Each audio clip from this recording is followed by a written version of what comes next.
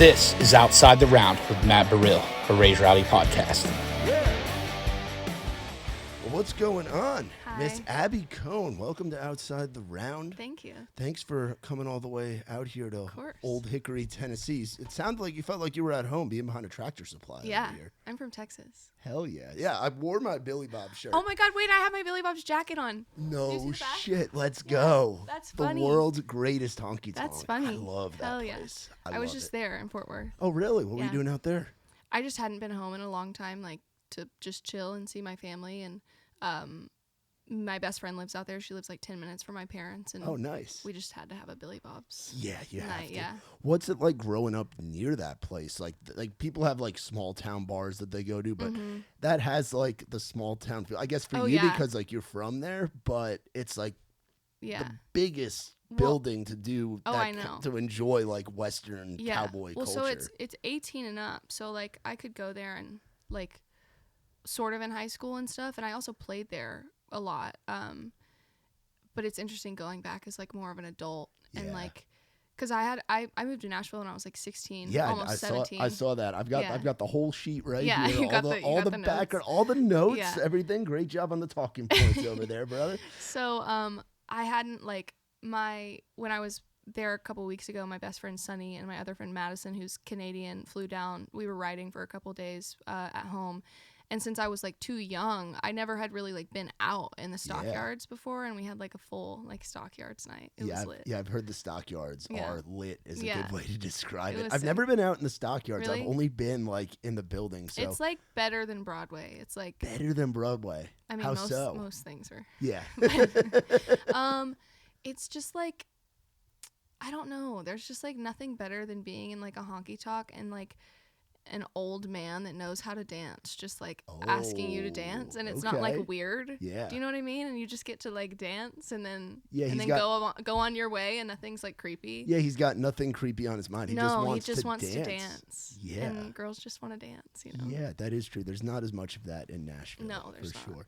Yeah, because I used to work in a past life. I was out on the road as a tour manager and as Mm-hmm. a merch guy, and I went to Billy Bob's like right before COVID, like Mm-hmm. the end of 2019. But I didn't leave the property when I was over there. Yeah. But I've heard the stockyards are just the place to go. It's pretty fun. It's really weird to see it now because like when I was growing up, it was like so my whole family, I come from like a rodeo family. Everyone Okay. rodeos and Very rides horses and Texas stuff. of you. Oh my God, like quintessential Yeah. Texas family.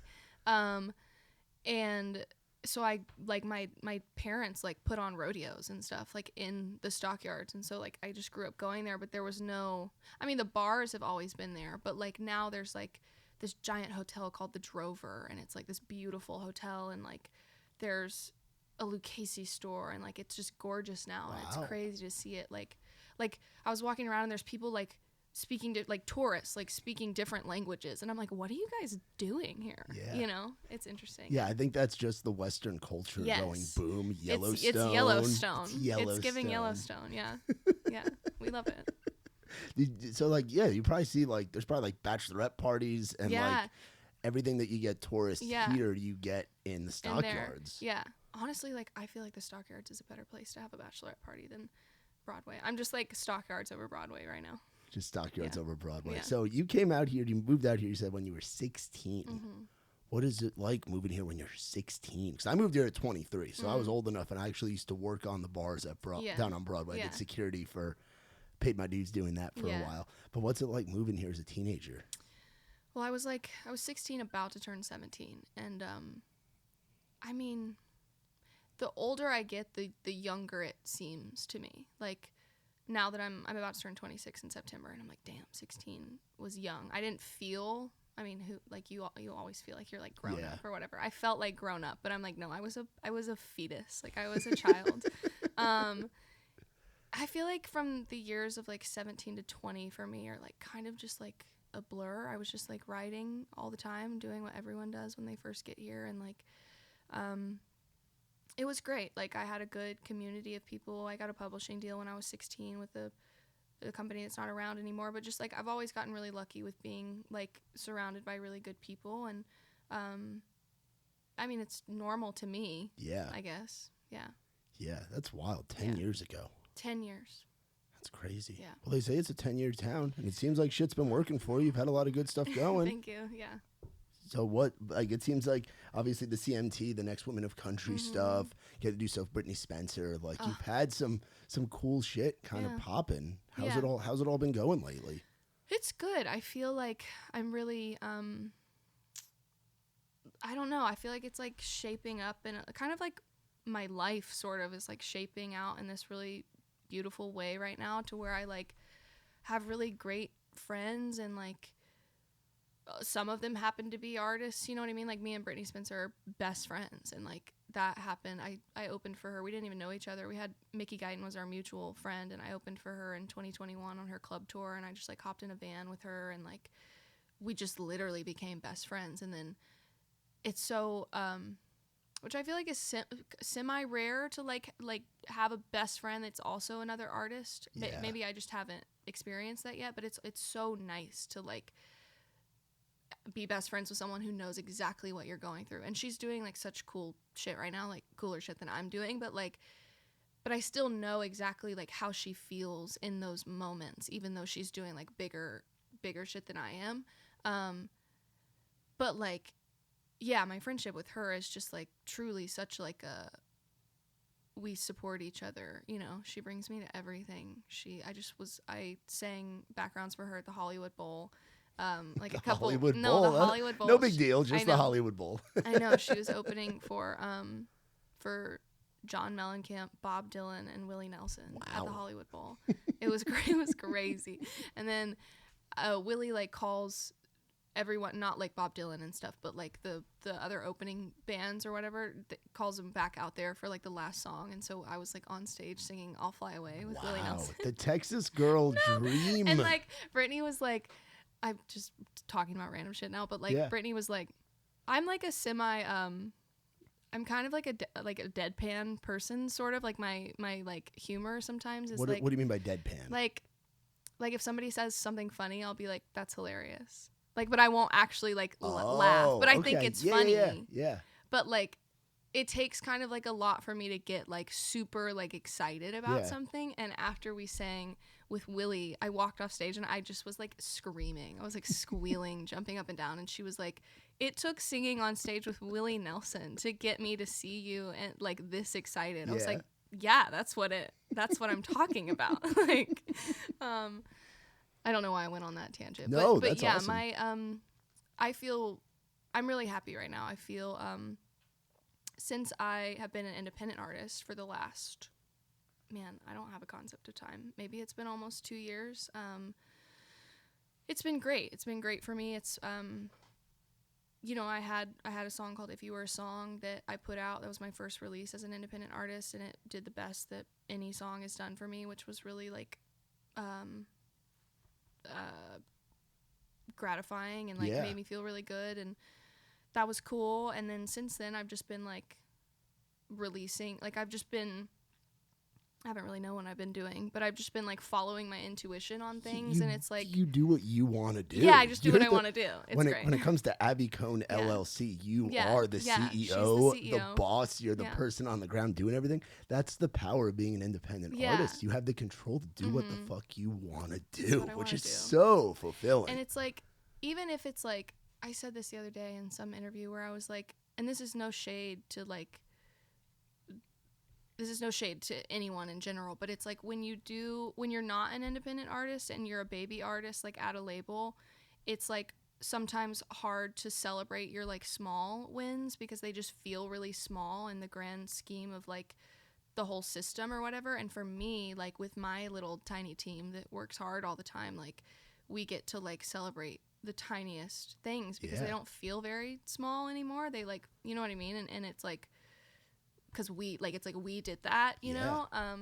So it's been really like good for me to be an independent artist. Like I think like still in the greater picture of things, like I don't think I want to be independent forever, but it's like it's just like better for me right now. Yeah, and right now is the best time to be an independent artist. I agree. You have all these tools at your disposal. Mm-hmm. You can reach so many people. You don't just have to be on the radio anymore. This is true. You can just post a video on TikTok. I You have know. no idea you have an idea of what you're doing, but you don't know what it can do. I know. And you can have shit just pop off. And it's like that with us too, with what we do with Raised Rowdy. You know, you never know, but it's nice to be behind the wheel and driving the car the way you want it to go. Yeah, it's like, it's my life. I should be in control of it, you know? Singing it like Bon Jovi. It's Yes. my life. It's Yes. my life, yeah.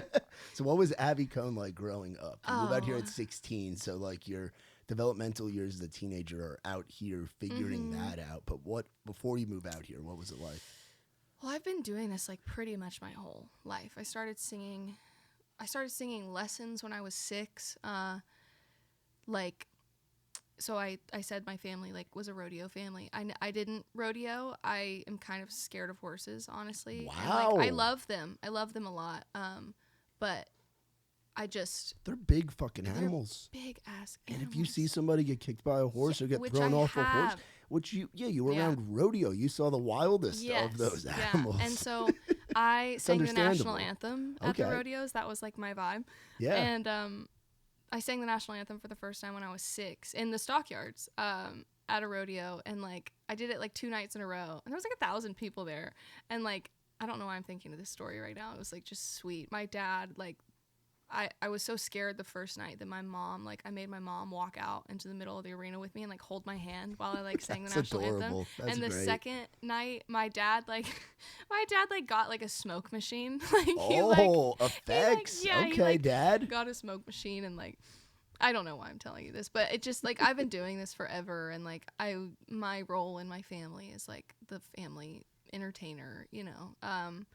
I started singing in Texas. There's like kind of smaller like Opry, like kind of like the Grand Ole Opry, but like teeny ones, you know, just like live band, that style or whatever. And it's really nice for like kids that do music because it gives them a place to like go sing that's not like a bar, you know. And so I played at a lot of them, but specifically one called the Grapevine Opry. I sang there for the first time when I was 9, and I pretty much like sang there every weekend from 9 to like when I moved to Nashville, which was like I think a big part to do with like I started singing with a live band when I was 9. Like I got really used to it and like I loved that. And yeah, so I've just done this my whole life. I guess like I played like basketball in school. Ooh, all right, hooping up, all right, hitting them with that crossover. How you did that all through high school? I did that through like, you know how you can play like outside school leagues and stuff like when you're like a baby child. Like I did that, and then I played like freshman year. I wasn't like on varsity or anything. I was like on JV, but like I loved basketball. I did, and like I grew up going to the Dallas Mavericks games and like stuff like that. I love basketball. Anyways, Mark Cuban stuff right there. Yeah, Mark Cuban. I sang the national anthem when I was 9 at the Mavs game.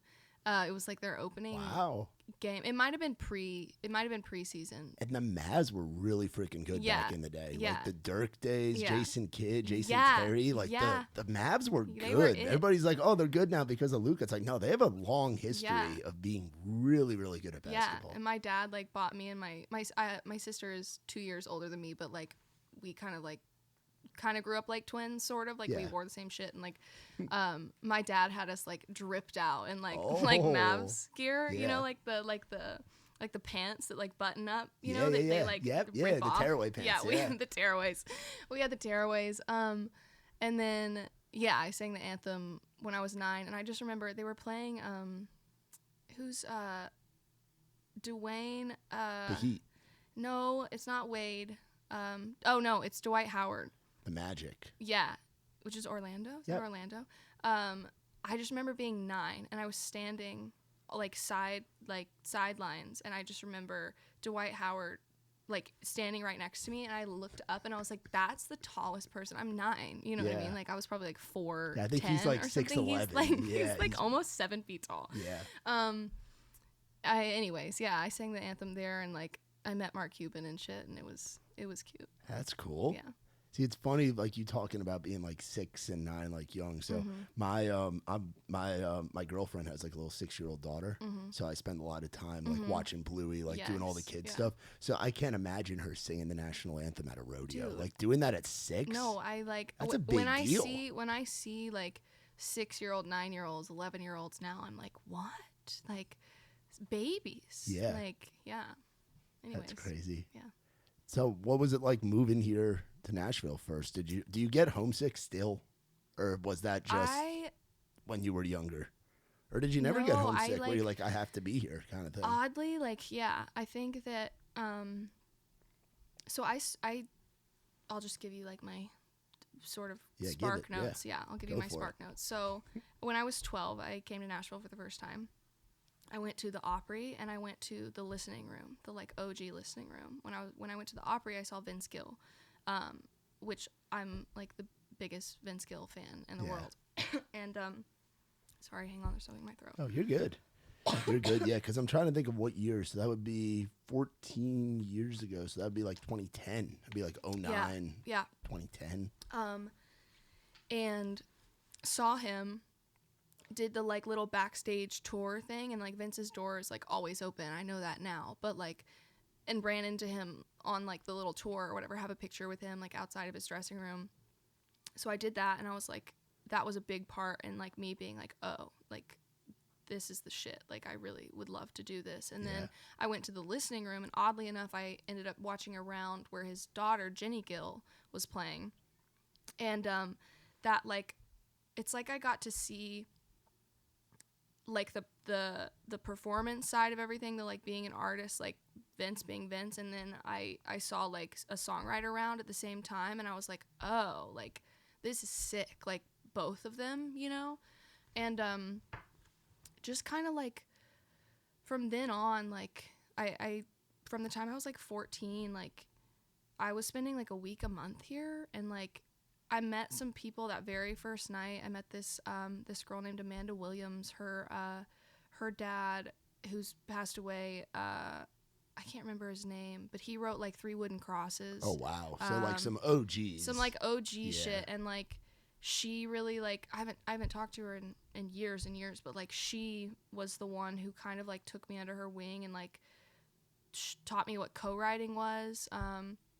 There was another guy named Steve Leslie, who's a great songwriter. He was like an adjunct professor at Belmont too at the time, and like he was part of the first publishing company that I had, and like those two people, like Steve Leslie and Amanda Williams, like they like really like the craft of songwriting was like really big to them. And like looking back now, I'm like, oh, that's what like got in me, was like the like there's nothing I love more than like writing songs. Like I love performing, and I have no desire to not be an artist, but like I'm an artist because I write songs, you know. So I just got like I just got the bug, you know. And then my parents are very like entrepreneurial and like what's the right word? Just like ambitious people. And my dad kind of like with my siblings, like it was kind of like my dad, because he took them all on like the rodeo circuit and stuff like that, and I didn't do that. So my dad kind of like did the thing with my sister and like took her where she needed to go, and then my mom was like took me where I needed to go, and like took it upon herself to like learn as much as she could about like the industry. And like I had like, we got really lucky with like parents who really like supported our dreams, and so it was really just like my mom and I, like that's the best, like coming back and forth, and like it was giving momager for like a little bit. She's not anymore. It all starts out like it that. Does, honestly. It does. You have it really to. Like, does. what else are you gonna? It really does. It's when you're starting at a young age like that, you want your parents to be involved. It's kind of weird if they're not. Yeah, and like, and she, I feel like she wishes she was a songwriter. Like she loves it too. She'll call me and be like, I have this title, and I'm like, Mom, stop. That's awesome. But yeah, it just like sometimes I'll ask myself, like, because as I get older, I'm like, damn, that was so young. Like, why did I? And then I'm like, I just wanted it, I guess. Like, there was no, yeah, I just like, it's just like what I wanted to do. And I do remember certain things of like, you know, like I did feel like I was missing out on stuff. Like I remember like being like 16 and my like high school boyfriend was at like prom or something, and I was like crying because I didn't go to prom, and like weird like shit like that. But it was always just like, no, this is what I do, this is what I want, like, and I'm still like that. Yeah. You know? Yeah. That's a good way to look at it. Yeah. Honestly. Yeah. And I feel like your sound has developed a lot over the years too. Yeah. And that's what's fun to look back on, starting at such a young age. Yeah. The stuff and the shit that you're writing at like 16 or at 14. When was the first song? When was Abbey writing her first song?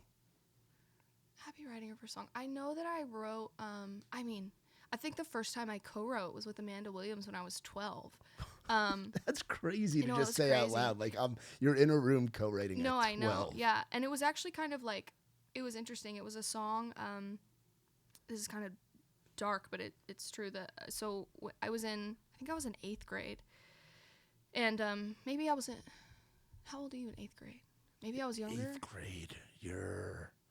maybe it was 7th grade. Like you're kind of 7th grade, like you're around 12. Yeah, that's like Little League World Series is like 12. Yeah. So like I think I was maybe in 7th grade, and there was a kid that was in my class that passed away like super suddenly, and like we all went to school the next day, and it was like, oh my God, what happened? Like it was just super sad, and I had like a trip planned to Nashville like the next week or something like that, and it was a kid that like I wasn't like super close with him, but it did like affected our whole class, you know. And his sister was younger than me, and then there was another sister that was in my sister's grade, and it's just like when you grow up in a small town, like a small school, it's like that, you know, shakes people. And so I came to Nashville like the next week, and I wrote a song about it. I wrote this song called I'll See You, and it was like I'll see you when it's my time, like when, like, I don't know, I just... You wrote that at 12? Yeah, like Wow. Yeah, like, and it was with Amanda, and it was like how I process. It's like, that's what I love about songs. Like you can turn something into a song, and then it just lives there, you know? Like I genuinely am like, sometimes with like people that aren't songwriters, I'm like, how do you process shit? Like I don't, like you just have to hold it inside of you, and you don't get to make anything out of it. Like that's why I think all people should like do something like creatively, or like people talk about journaling, and that's kind of a similar journaling's a similar thing. You gotta get that out. And like so then I sent it to his family, and I was like, I just wrote this song, and they loved it so much they like had little CDs made of it, and like I think I played it at his like memorial or something like that, like, which now looking back is so kind of like intense, but it just, I'm like, yeah, that's what I do. That's how I've processed my stuff from like a super young age. So that was actually like one of my first songs that I ever wrote. And then I was just writing a lot with Amanda after that, and just Nashville does what it does, and you just meet people. Yeah, you meet so many people, and a lot of people meet folks at the bars, but when you're coming here at 12, 13, 14, move here at 16, you're obviously not meeting people at the bars. Mm-hmm. And that's why I mean, like, I've gotten really lucky with like just because I'm like, who would write with a 12-year-old? Like, I don't, like, what? I would if I, you know what I mean? Like, because I would see myself in them, you know? But it is crazy to be like, wow, so many people like gave me a chance, which I really like appreciate that, and will always do that for a younger person too. You know? Yeah. How have you seen Nashville change? Because you've been coming here for a long time. You've seen it. I've been here. It'll be 6 years for me in October. Where are you from? From New York originally. Cool. So I love that you have Springsteen in a title. Oh yeah. What part of New York? An area called Rockland County. It's like cool. 30 minutes outside the city. Cool. So. I love New York. Really? Yeah, I really do. Okay. I like Sex and the City is my favorite show growing up, so I think I just like I romanticize New York a little bit. Yeah. New York. I have like an extra Instagram account that like I never use. It's called Country Bradshaw, It's like, do you know Sex and the City at all? They're the main characters. I don't. The main character. Okay, let me teach you. Yeah, teach me. The main character. That's Sarah Jessica Parker, right? Yes. Okay. Yes. Perfect. I knew that. We're off to a great start. There's 1 point. Yeah, 1 point for you. It's 4 girls that are in their 30s and they're like dating in New York City. That's the whole show. So it's just plot. It's just the drama of it all. But Carrie Bradshaw, who is Sarah Jessica Parker in the show, is like a journalist in the show. And that was just such a formidable, like, influential show to me. And so, yeah, I have this random Instagram account called Country Bradshaw because every time I'm in New York, I just, like, call myself Country Bradshaw. Yeah. It's like my New York alternate reality. We love a good alter ego. Anyways, what was I saying? Oh, I asked you where you were from, but why? When I moved here. I know, but what did you ask me? I asked you what, like, the changes that you've seen in Nashville in the decade of being here. One big change I've seen is the relationship between Texas and Nashville specifically. Yeah. I was talking to someone about this the other day where like even like, I mean, dare I say like a couple years ago, like not really, maybe like 5. But like when I was growing up in Texas, it was like, don't stay in Texas too long because then you'll go to Nashville and like they'll think you're like a Texas artist. And then, but if you go to Nashville too soon, like the people that like you in Texas will call you a sellout. And like now labels are like opening Texas branches, which I love. I think it's great. But that's just a big change that I've seen that I'm super happy about it. Part of me is like, damn, like I would have chilled in Texas until I was like 18. Yeah. You know what I mean? Like it's all what you want, and there's so many different ways of creating the wheel. And it's like funny, you look around here and it's like we got the panhandlers right there. Yeah. We got Whiskey Myers right there. Yeah. Like we love the red dirt scene, and what's cool is that red dirt, it's so good that it needs to be outside when of I was just at Billy states. Bob's, it was Wade Bowen and Randy Rogers, and they're like, hold my beer and watch this all-time show right there. God, and I like listening to Randy, I was like, oh, this shit like influenced me. Yeah. Like Kiss Me in the Dark, like In My Arms Instead. I was like, oh, this is like my high school. Oh yeah. Like, yeah, that era of when you were there. I'm trying to think, like I remember like Sam Riggs. Oh yeah, like, Sam no, Riggs I've sang was the with shit. Sam. Like who else? Shotgun Rider. Yeah, it was like Josh a duo. Abbott. Yep, like, Josh Abbott. Whole thing. Even like Parker McCollum.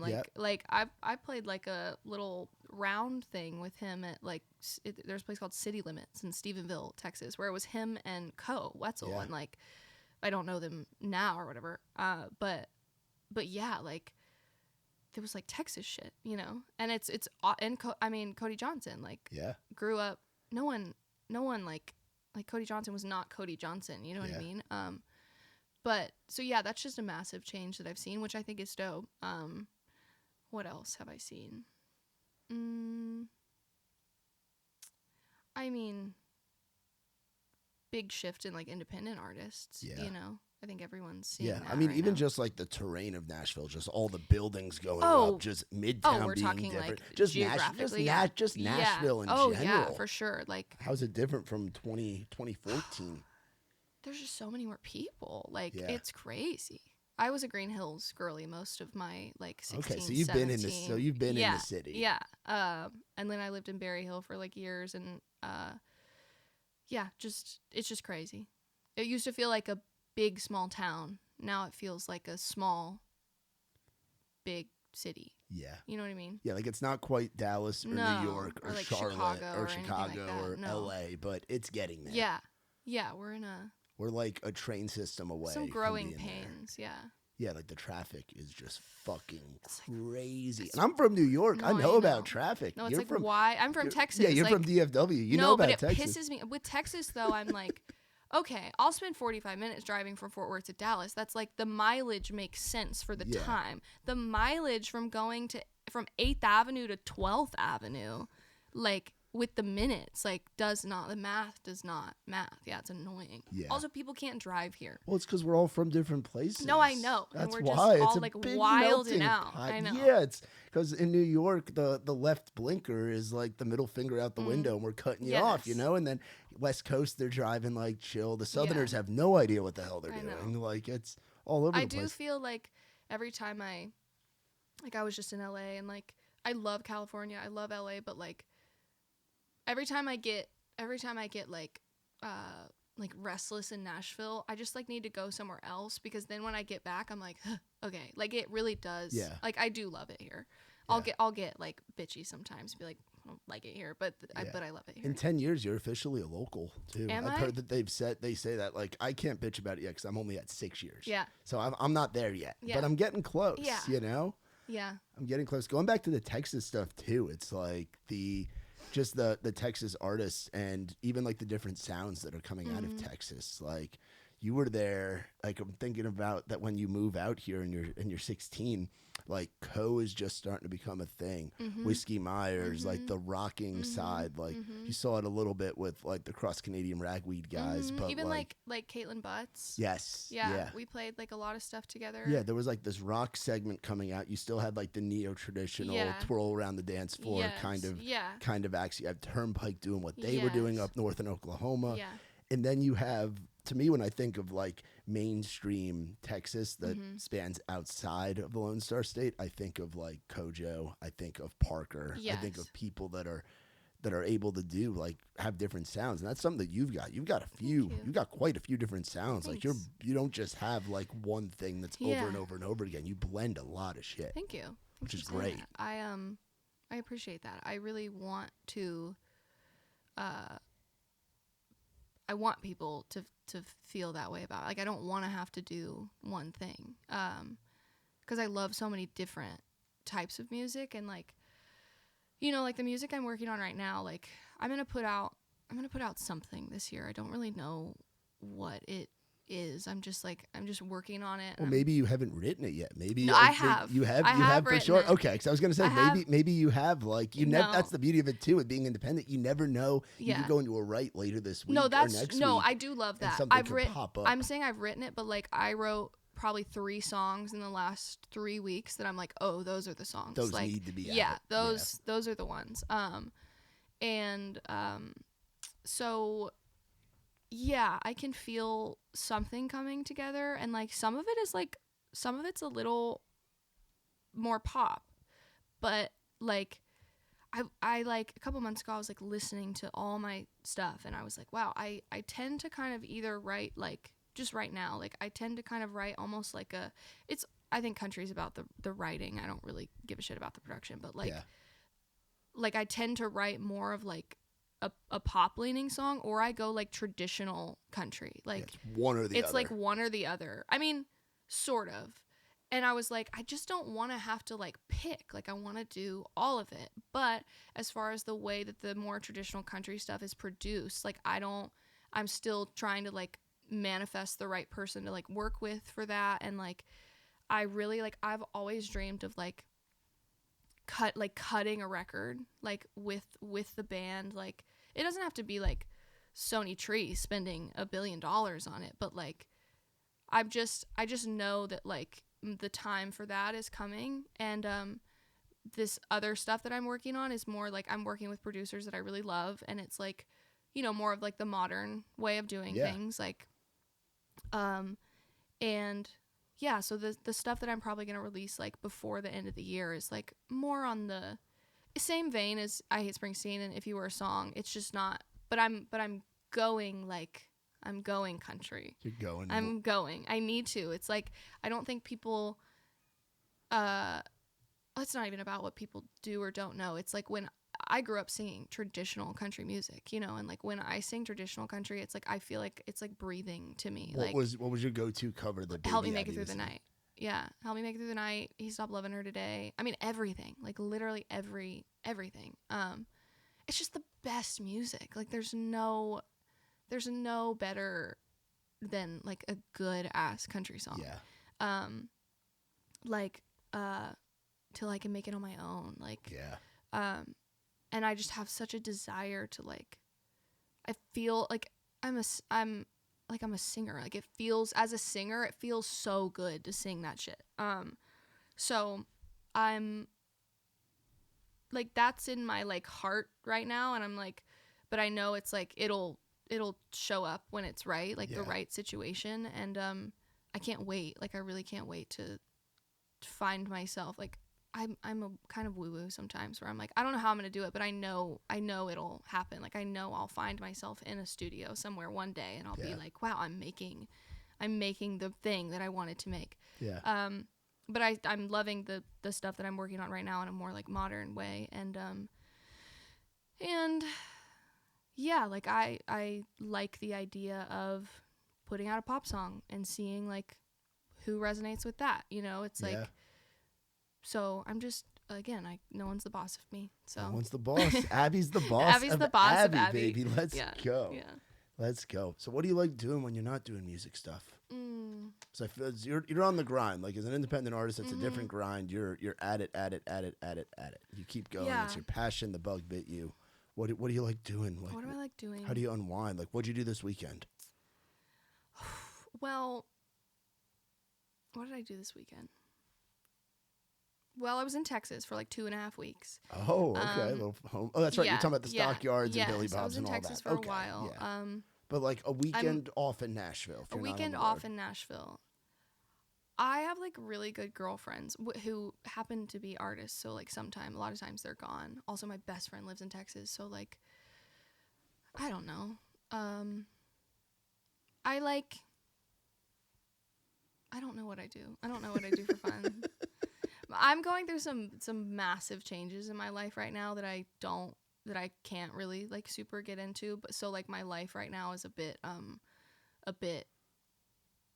not chaotic in a bad way, but I'm just going through a ton of changes, and so like out of a routine of what you have been doing. So I don't really know what I like to do right now. I've been like do you like going to the movies? Do you like reading books? Do you like going fishing? Big, like what do you like doing? You know what's funny is like I'm like a extroverted introvert. So extroverted introvert. Yeah, I'm like I think I'm explain because I haven't heard that before. I think I'm an introvert. Like I get tired of people, and I'm like, okay, I want to go home and take a bath and like social battery drains. Yeah, quick. like my social it doesn't drain like quick necessarily, but it drains. Like I don't get like I guess the introvert and extrovert is like what refills your cup, and like people is not necessarily what refills my cup. Like a bath refills my cup. You know what I mean? Yeah. But I love people. And what do I do? I love chilling by myself, watching YouTube videos. Like I like grew up like I'm a YouTube kid. Like I consume so much YouTube content. What on YouTube? I mean, I will go down rabbit holes of like live performances of people. Okay. Like watching you're talking about like the Austin City Limits or like the just live like session live or sets, Tiny Desk, all that stuff. Absolutely. Yeah. I actually got to like sing with Brittany Spencer on her Tiny Desk no recently. shit. It was sick. Yeah. That's cool. I helped her. How small is that room? It's bigger than you think it is. It's not big by any means, but like I'll show you pictures of it after. It's like a medium desk. It's not as tiny as it seems, but like it is small. But that was sick. I helped her arrange her set. You get like 18 minutes, and like we arranged it together, and then I sang backgrounds for her, and it was so sick. But yeah, I love YouTube content specifically. So I have like my music performance things that I watch, like BBC Radio 1, like Live Lounge. They do a great job. Incredible. Great job. Incredible. But then I I grew up like watching like makeup videos on YouTube. Like I really love makeup The and how-to stuff. Yeah, like, and then I just like kind of got by like YouTube culture as a kid. Like there's like certain vloggers that I like, and I'm just still on my YouTube shit. Like I just love it. Yeah, so I just vibe. Nice. Yeah. That's cool. Yeah. I have a dog. You have I a love dog? my dog. Yeah, I have a dog and a You cat. got a picture? Yeah. I gotta see I him. also have her name tattooed on me. Her name's Patsy. Patsy. She's named after Patsy Cline. Yeah, I was gonna say you definitely grew up a country western girl. Oh, I feel yeah, like you're naming an animal Patsy. Oh yeah. Also, Patsy, there's a funny story. Like I got a dog when I was 16 for my high school graduation present, and it was I had always wanted a Cavalier King Charles Spaniel. Okay. And my parents got me one, And then my dad fell in love with it and stole it from me. Stole her from me. This dog has to stay in Texas. He's like, I love her, which is like just so dad vibes. But I named her Dolly. So her name's Dolly Parton. And then once he stole my dog, I was like, okay, fuck you. I'm naming my dog Patsy. This is Patsy. Aww. She's just a small girl. And she's got her little seat in the car. Yeah, she vibes. Yeah. I just did a road trip with me, Patsy, and I have a cat too. By ourselves to Texas. What's the cat's name? Her name's Bug. So do Bug and Patsy get along? Bug and Patsy. Yeah, they love each other. They've been raised together. Those are my children. Yeah. Your fur babies. Those are my children. I birthed them. Yeah. Yeah, I love them. They're my life right now. Yeah. That's awesome. So we hang out. That's awesome. Yeah, there's something about having a good... See, cats, I think, are underrated. People always are like dogs. I like cats. I enjoy. There's nothing quite like a cool fucking cat. Okay, it has to be cool. Though. Yeah, it has to. There's nothing worse than a not cool cat. Oh, a shithead cat that just climbs up and knocks stuff off the counter in the middle of the night. No, what the fuck? I think that I have a cool cat, and I'm not just saying that. I'm probably biased, but she's a cool cat. I think that because I got her first when she was a baby, and then I got my dog like a year later. So they were babies together. I think that my dog thinks she's a cat and my cat thinks she's a dog. So my cat kind of acts like more dog-ish. Like she's very like vocal and like hangs out. She's not like a weird cat that's like off. I don't know. She acts more like a dog. And then my dog, like she'll like lay on the top of couches and stuff, like kind of acts like a cat. So I think that they think that they're each other. Awesome. It's so funny how animals work. Yeah, I love them. It's so funny. Yeah. That's so cool. So what have we got coming up? You said that you're working on what's going to be coming next. Stuff will be getting put out here in the fall. Yes. That we're looking at. Yeah. I'm well, I put out a song called I Hate Springsteen. Yes. Which I love that Springsteen's in the title. Thank I'm you. more of a Billy Joel guy than a Springsteen guy. Yeah. John Osborne on that too, which is fucking crazy. So sick. Yeah. Yeah, that was sick. It was just like, since I've been independent and like have like I'm just not afraid to like have a crazy idea and then see if it can happen. Like I'm like, worst thing someone could do is say no. The dartboard's a fun place to stand. Yes. Because you never know when you're gonna hit that fucking bullseye. Yeah, retweet. And like I write with Lucy Silva's his wife, and then I love his sister Natalie, and I had met John and TJ before, and like I don't know, I was just like, it was just one of my crazy ideas that I was like, probably won't happen. But then he was so sweet. He did that like out on the road. Like he was on the road and he just like has a rig, and like my manager was talking to his manager, and his manager was like he's been on the road for like a month. Like I don't know when he's going to get to this and blah, blah, which totally understandable. And then he came back and was like, no, I can get to it this weekend. Like I have a rig on the road. Like didn't even charge me anything to I was like, what do I owe you? Like he just gave it to me like a fucking gift, and like just so sick. So I'm really grateful for that. That was cool. And I just like doing shit that like makes me feel cool. Like I'm like, this is for me. Like this is so that I can be like, you know what I mean? And your fans are gonna identify with that. I don't honestly feel like I have fans, but I think you maybe you do. You have followers. There are people out there that are gonna watch this episode because it says in the title, episode whatever with Abbey Cone. Hey everyone. There are people out there that that's a weird thing though about like being, I don't know. It feels like sometimes you're just like throwing things into the void. I know that people. I know. I've like even on the small amount of touring that I've done, like I see like 5-10 people in each city that I go to that like know my shit, and like So I know there's people out there. I'm just being self-deprecating. Yeah. So I put that out, and that was sick. And then I just had a song come out with Josh Kerr and featured on that, which was cool.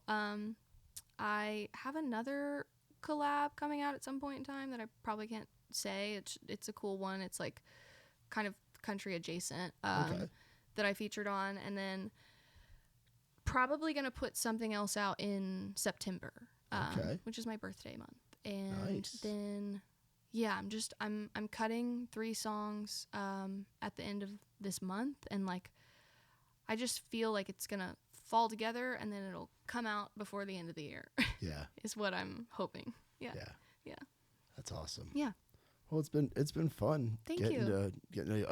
If someone's coming to Nashville, where are you taking them? Mm. And it's different for different like parents or grandparents come to town is different than like friends come to town, different than like somebody's coming to town to celebrate something. Yeah. So let's say, where are you taking the family? Where's the Cone family? Where's the Cone family going? The Cone family. Where are the Cones going in Nashville?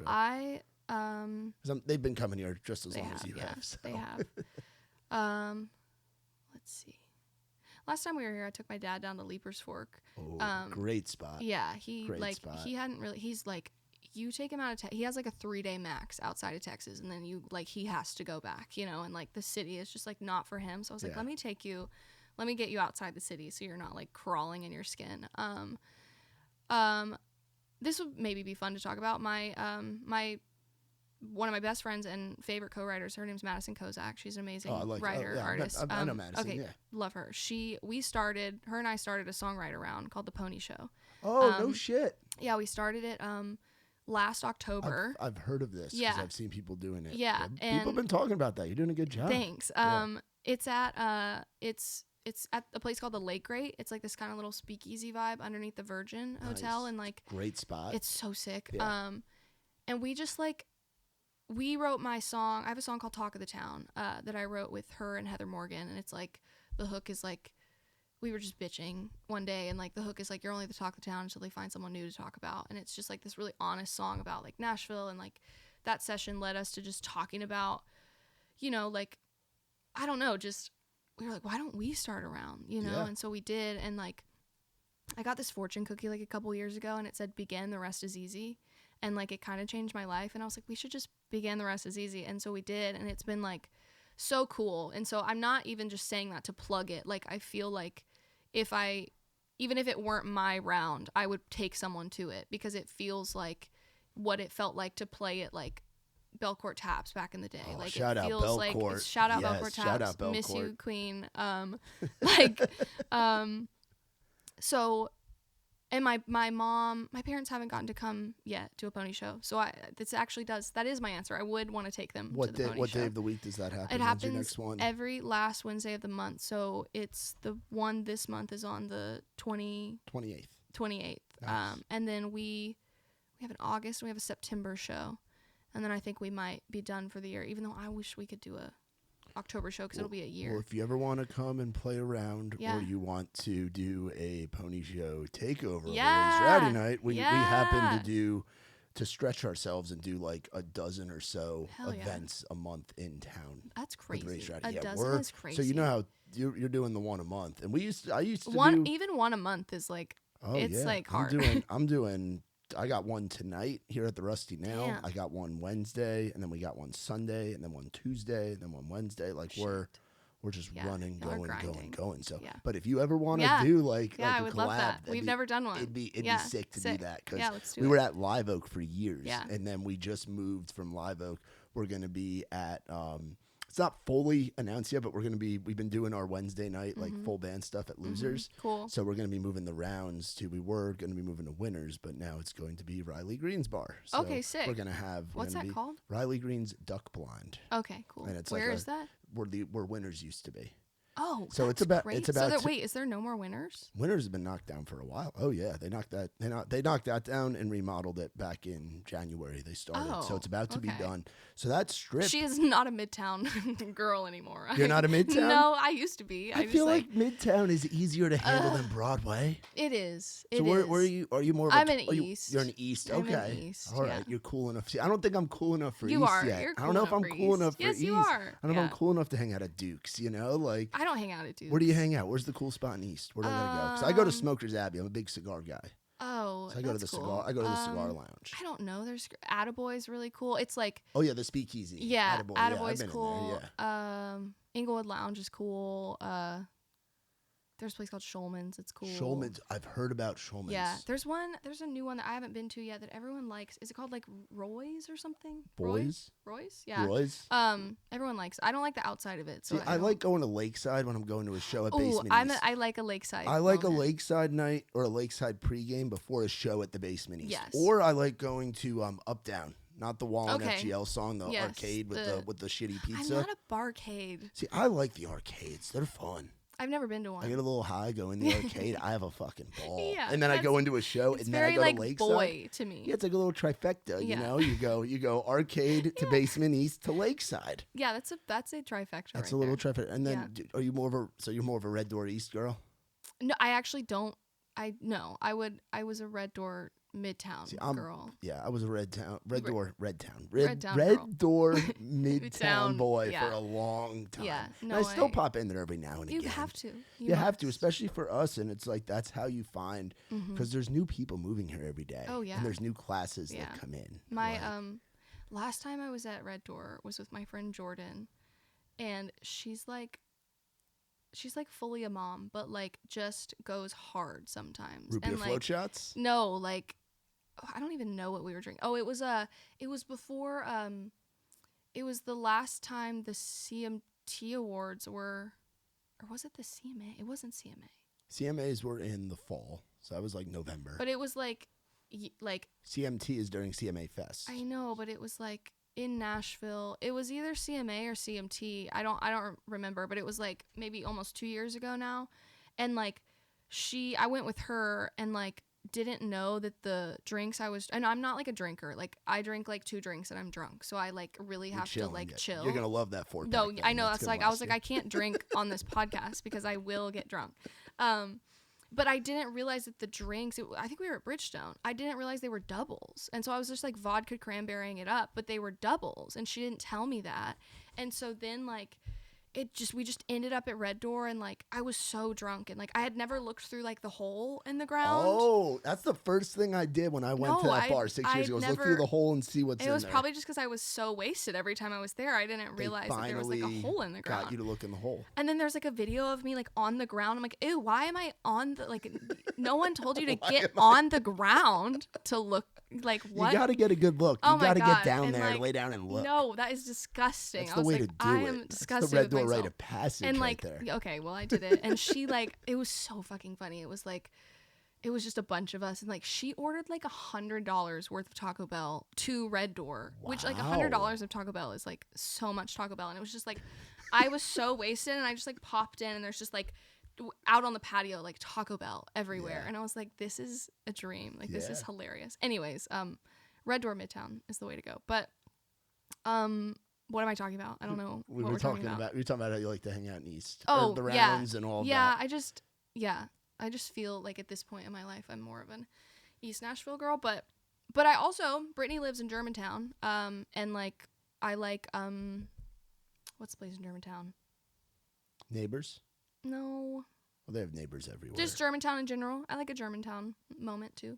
Yeah. Nice. There's great places. Yeah, there are lots of good fun spots. Times. Well, I appreciate you coming on. I appreciate you having me. Fun to meet you. And let's definitely talk about a pony show, Raise Rowdy collab. That could be a lot of fun. And even if it's not that, and you and your homies just want to come play. Yeah, we would love to. We would love to have you. But where can people go to find you on all the social medias? Social media. I think I'm locked out of my Twitter, so don't follow me on Twitter or X or whatever it is. Whatever the fuck it's I'm called. not calling it X, it's Twitter. Instagram, Facebook, TikTok, Abbey Cone, ABBEYCONE, like an ice cream cone.